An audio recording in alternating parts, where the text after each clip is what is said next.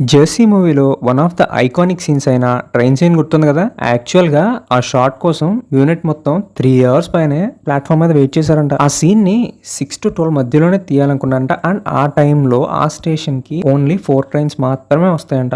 అందులో ఏదో ఒక ట్రైన్ వచ్చినప్పుడు షాట్ తీయాలి. ఒక ట్రైన్ వస్తుంది అనుకున్నప్పుడు నాని గారు ఫుల్ ఎమోషనల్‌గా కళ్ళు మొత్తం రెడ్‌గా చేసుకొని యూనిట్ మొత్తం ఓకే రెడీ అనుకున్న టైంలో ఒక బోగీ వచ్చి పార్క్ చేసి కూర్చున్నాడంట.